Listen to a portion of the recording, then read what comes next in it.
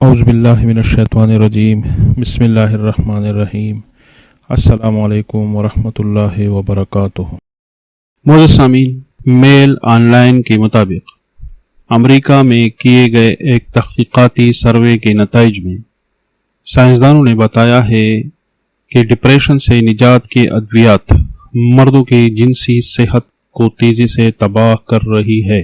یہ survey depression کے 1000 مریضوں پر مشتمل تھا، جس میں معلوم ہوا کہ سروے میں شامل ڈپریشن سے نجات کی گولیاں کھانے والے مردوں کی جنسی صحت 58 سے 70% تک تباہ ہو چکی تھی۔ سروے میں شامل جو لوگ SSRIs سلیکٹیو سیروٹونن ری اپٹیک انہیبیٹرز لے رہے تھے، ان کی جنسی صحت سب سے زیادہ متاثر ہوئی تھی، اور یہی وہ دوا ہے جو ڈپریشن کے مریضوں کو سب سے زیادہ تجویز کی جاتی ہے۔